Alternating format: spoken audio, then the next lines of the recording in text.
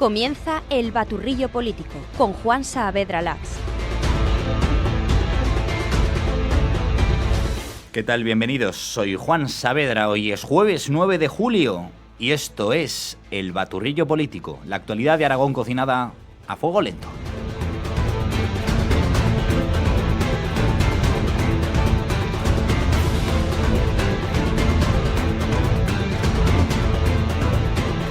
Se dice que los catalanes son unos agarraos. De hecho, hay un chiste muy antiguo y malísimo que dice que ¿cómo meterían ustedes a 1000 catalanes en un 600? Pues tirando una peseta dentro, ¿no? Irían todos detrás. Bueno, ya está. El chiste es malísimo.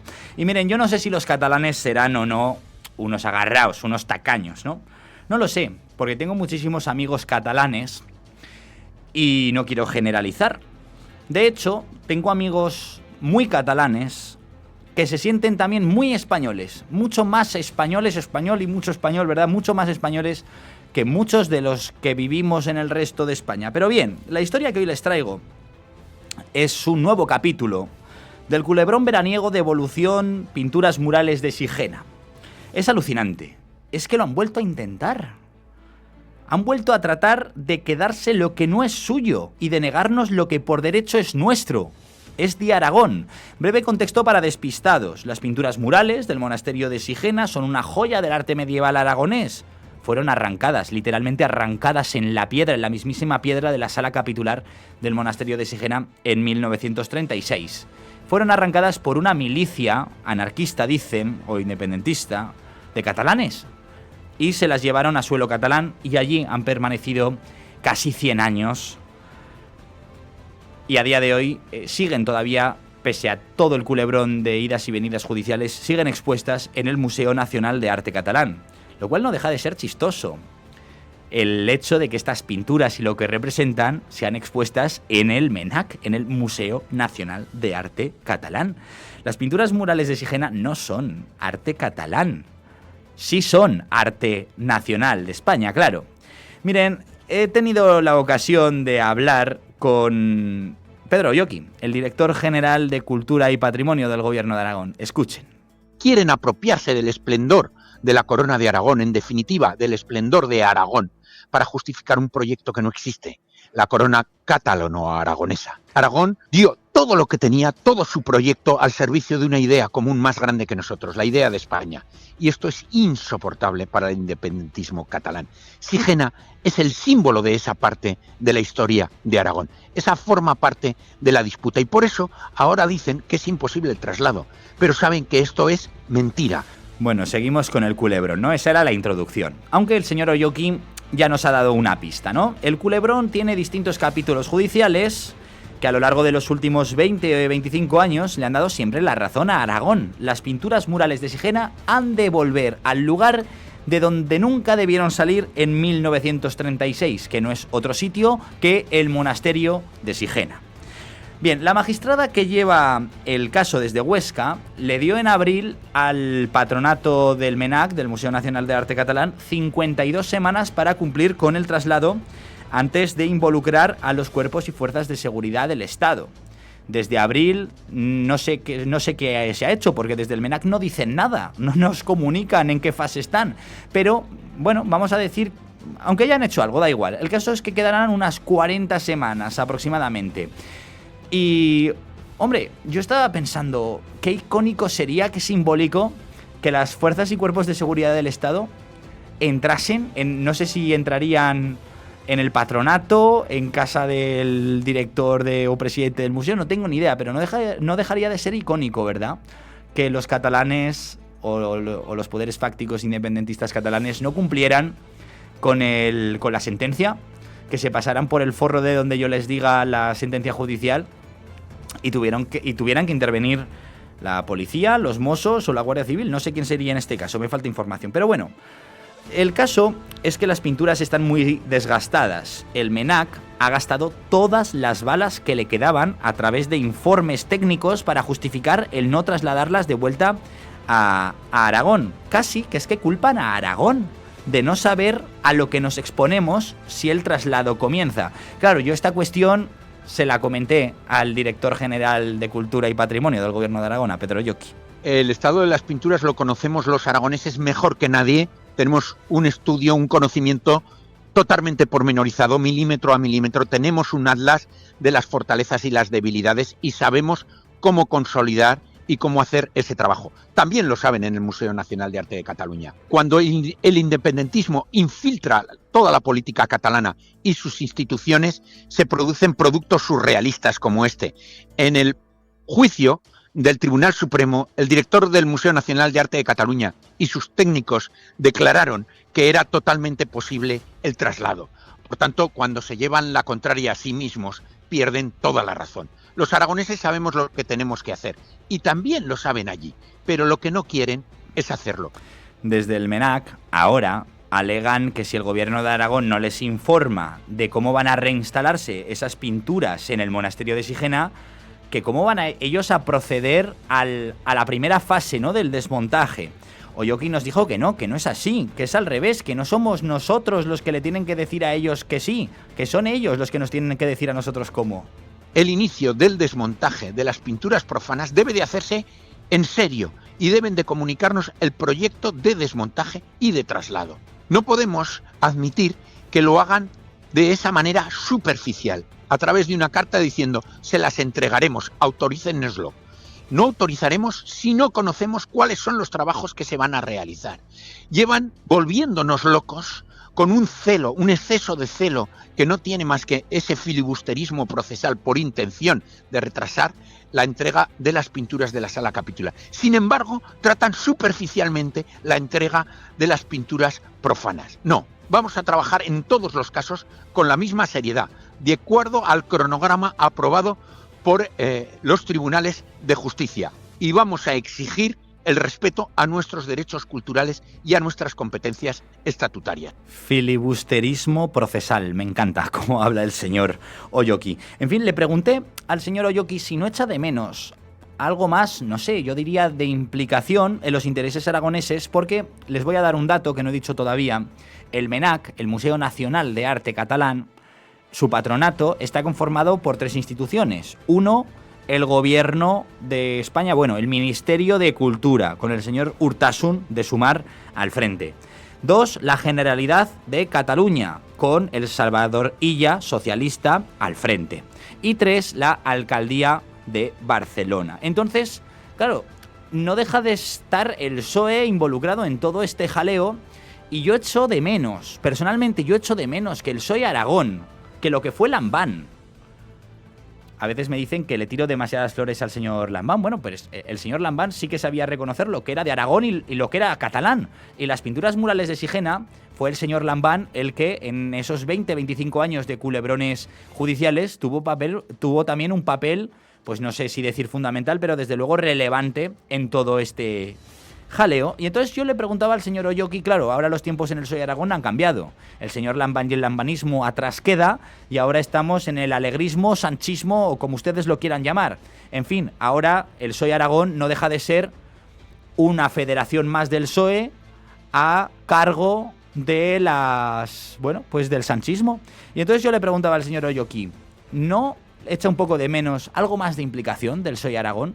La nueva izquierda, con la cuestión de Sigena en Aragón, tiene un problema grande. No se atreve a afrontar esta cuestión porque son cómplices de las decisiones del señor Urtachu y de la Generalitat de Cataluña. Y esto les hace que hagan declaraciones, pero que nunca hayan efectuado ninguna acción para hacer posible esta vuelta, tanto los representantes de Chunta Aragonesista como del Partido Socialista. Hay que recordar que Pilar Alegría fue ministra de ese gobierno y el señor Puello correligionario en el grupo parlamentario del señor Urtasu. Entonces, ¿por qué no hicieron nada? ¿Por qué no en sus debates internos ayudaron a Aragón? No hubo ningún compromiso, porque realmente no están comprometidos con Aragón. Solo hacen acciones declarativas, pero no se ponen en marcha para trabajar de forma eficiente para la vuelta de nuestro patrimonio a Aragón. Y por tanto, ahí hay un si me permite la broma, un pecado original que les invalida en esta cuestión. Claro que hay una diferencia entre el señor Azcón y el señor Lambán. El señor Lambán se comprometió declarativamente con esta cuestión, pero el señor Azcón es el que lidera a toda la comunidad autónoma, tratando de sumar todo el espectro político y social para levantar a Aragón en el respeto de sus derechos culturales. Bueno, ¿y en qué queda todo el culebrón? Que apunta a culebrón de verano. Pues, bueno, lo primero recordar, ¿no?, que desde abril la magistrada que lleva el caso desde Huesca dio 52 semanas. Vamos, no sé si es la 40, la 41, la 30 o la 39, no tengo ni idea. Pero vamos a dejarlo en que las últimas noticias y novedades que tenemos fue que la vicepresidenta de Aragón y consejera de Cultura, Mar Vaquero, le habían comunicado, y ella comunicó al resto de los aragoneses, que el montaje habría comenzado a comienzos de esta semana. No sabemos si esto es o no es así, porque no existe ese respeto institucional y esa comunicación fluida. Y también dijo el MENAC, también dijo el Museo Nacional de Arte Catalán, que empezaría el traslado antes de agosto. Es decir, el desmontaje tendría que haber empezado ya según sus propias declaraciones, y que el desmontaje empezaría antes de agosto. Veremos, estaremos muy atentos, desde luego.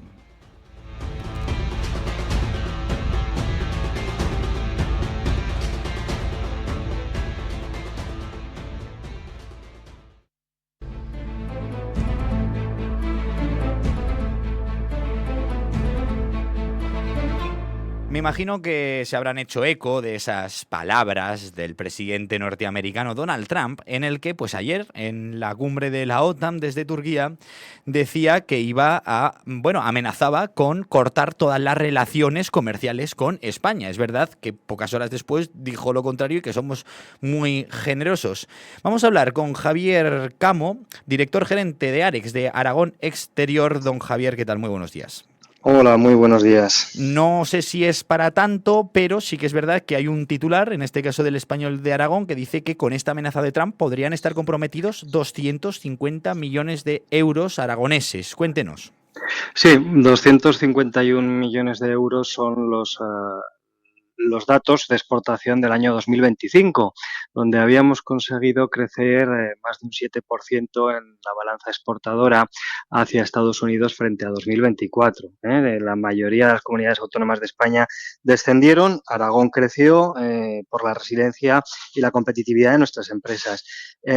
Aquí lo importante es ver quién maneja las relaciones comerciales, que no son otras que las empresas. Una cosa son las políticas y las relaciones políticas internacionales y otra cosa son las balanzas comerciales. Las palabras de Trump no hay que cogerlas como algo baladí, son importantes, pero no es la primera vez que lo dice. La última vez que amenazó con cortar relaciones con Europa, relaciones comerciales con Europa y con España, fue el pasado marzo por motivos del conflicto bélico en Hormuz, ¿no? Palabras que afectaron a la volatilidad de los mercados, pero que no llegaron a materializarse en las relaciones comerciales. Por tanto, yo pediría un poquito de calma, de sosiego. No es bueno estas declaraciones que hace Trump, y más con la reactivación del conflicto en Irán, ¿verdad? Ya vimos ayer cómo el barril de Brent se volvía a disparar en precio, el IBEX 35 caía 2 puntos. No es bueno la incertidumbre para los mercados, pero sí que creo que es importante que sepamos que España está dentro de la Unión Europea, por tanto no puede cortar relaciones comerciales directamente con España, y lo que sí que nos debe de preocupar son las empresas que exportan regularmente a Estados Unidos y en concreto las 100 que más trabajan. Por darles unos datos, Sí. Son más de 600 empresas las que están exportando desde Aragón. En total, 643 empresas están exportando en el año 2025 a Estados Unidos.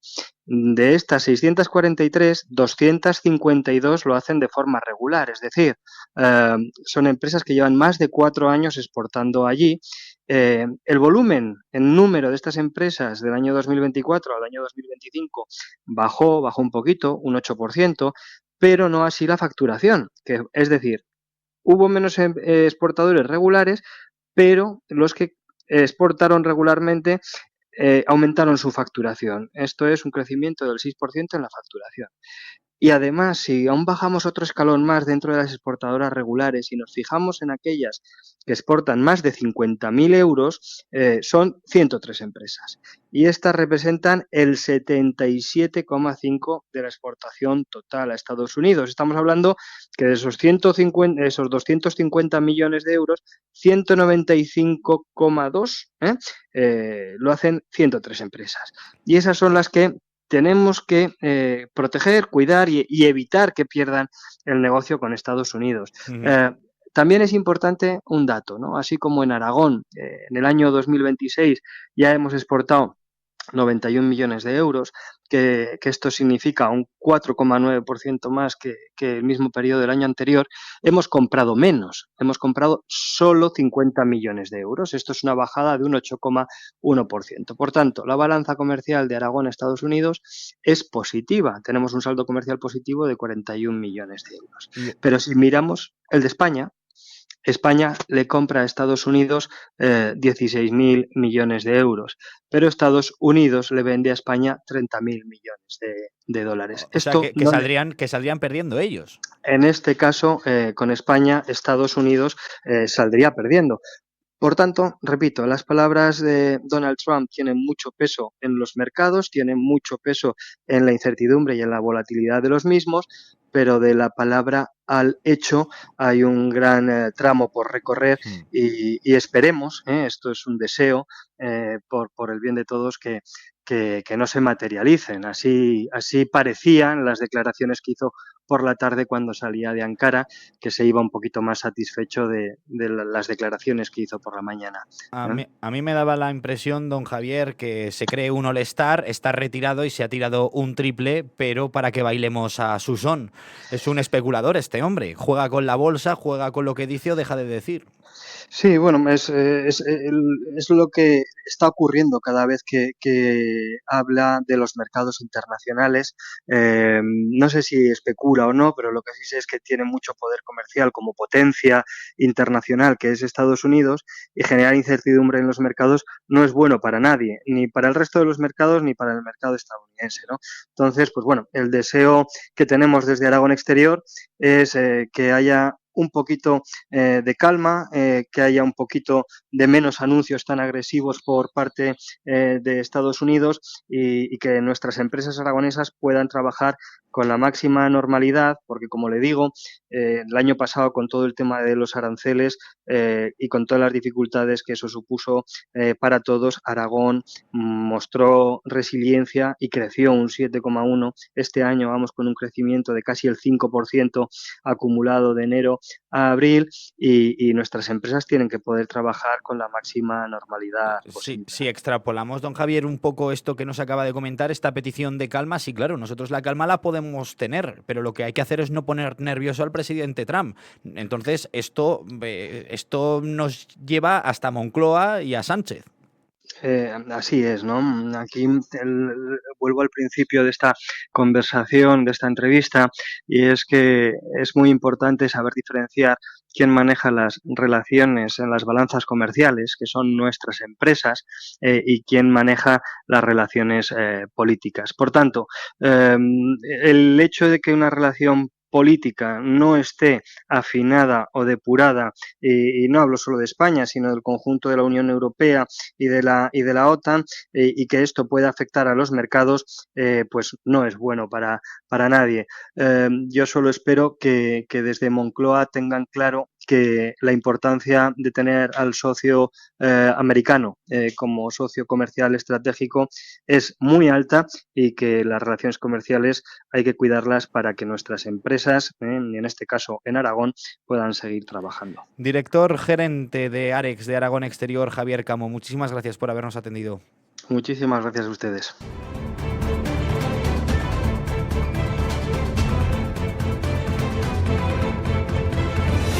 Se incorpora al programa El Baturrillo Político nuestro compañero Marcos Murcia. Marcos, ¿qué tal? Muy buenos días. ¿Qué tal, Juan? Buenos días. Hoy ha hablado el vicepresidente, ¿verdad?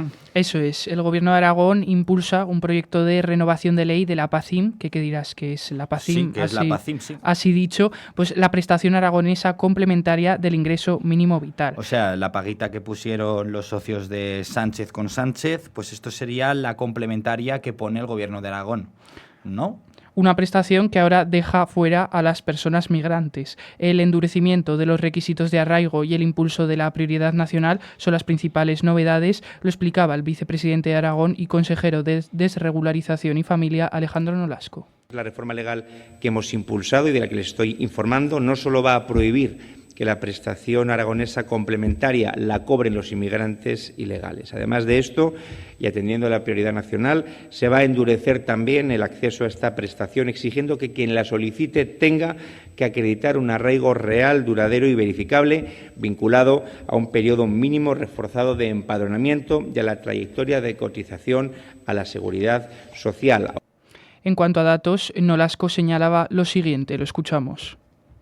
En Aragón, los inmigrantes representan actualmente en torno al 15% del total de habitantes. Sin embargo, de todos los que cobran la prestación aragonesa complementaria al ingreso mínimo vital, es el 25%.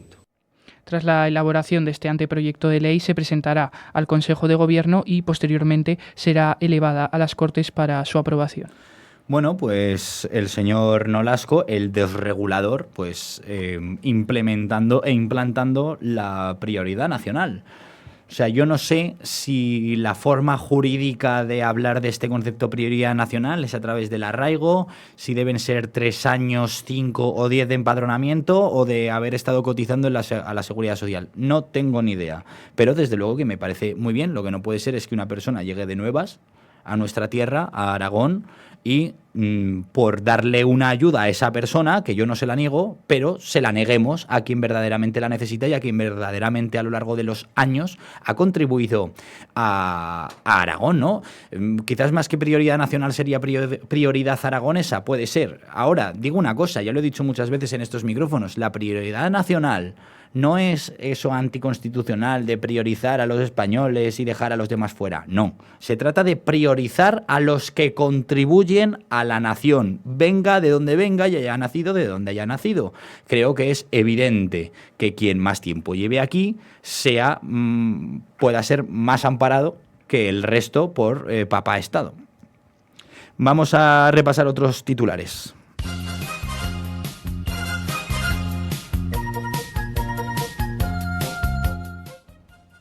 Marcos, adelante. No me he escuchado, ahora me escucho. Marcos, adelante.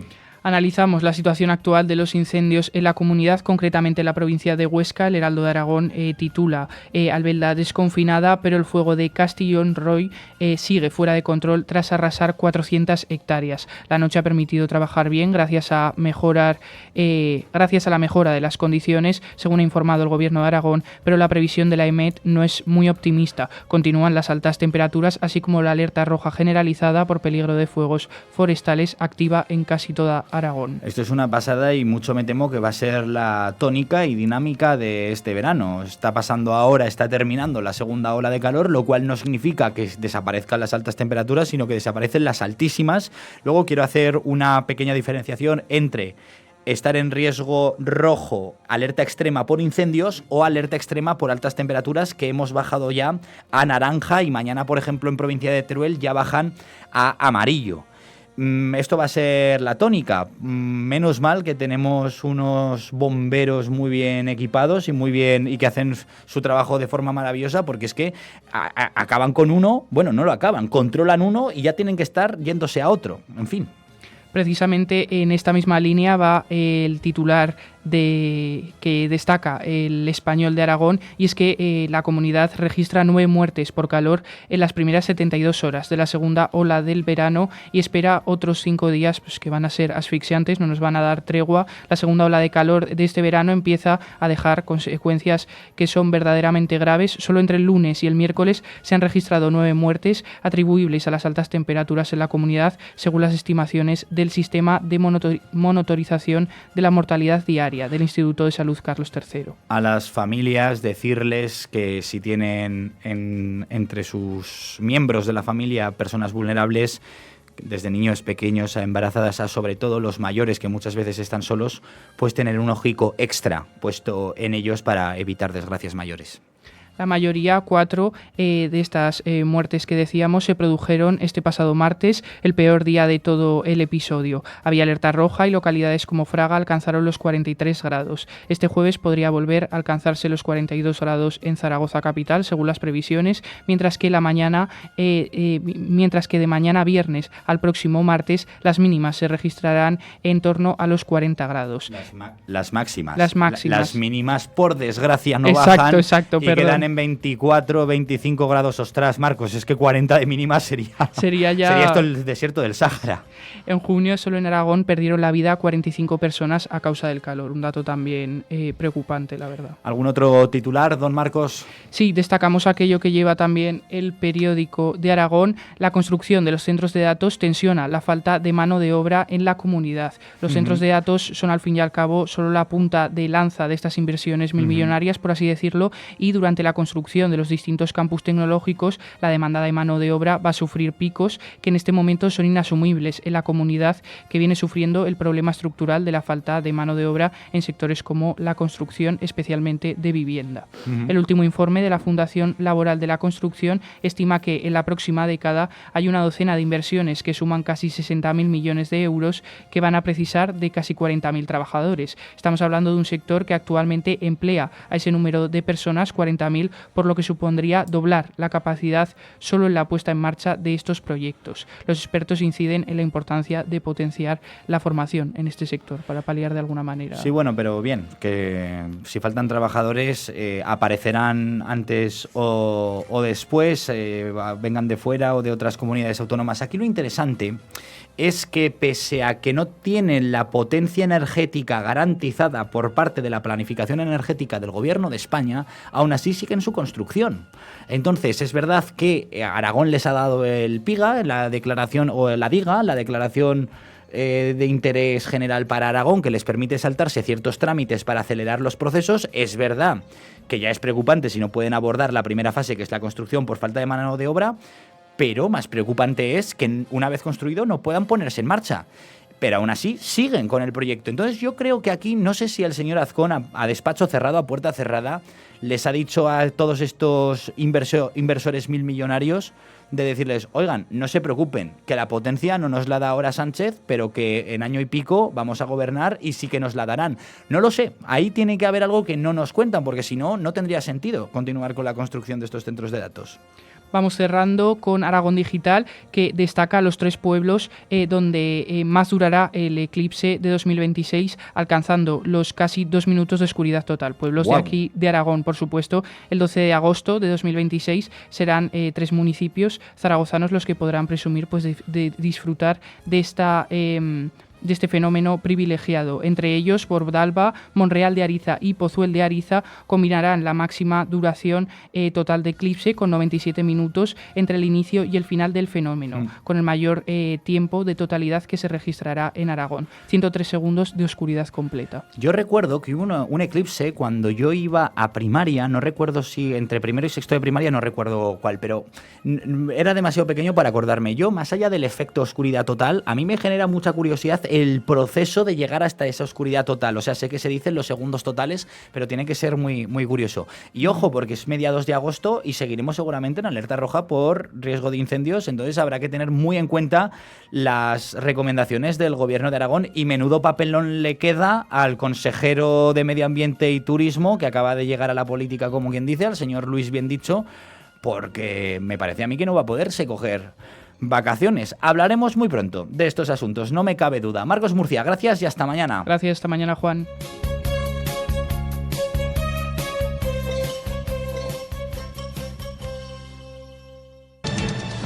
Soy de aquellos que sueñan con la libertad. Hasta aquí el baturrillo político de hoy. Feliz jueves. Hasta mañana.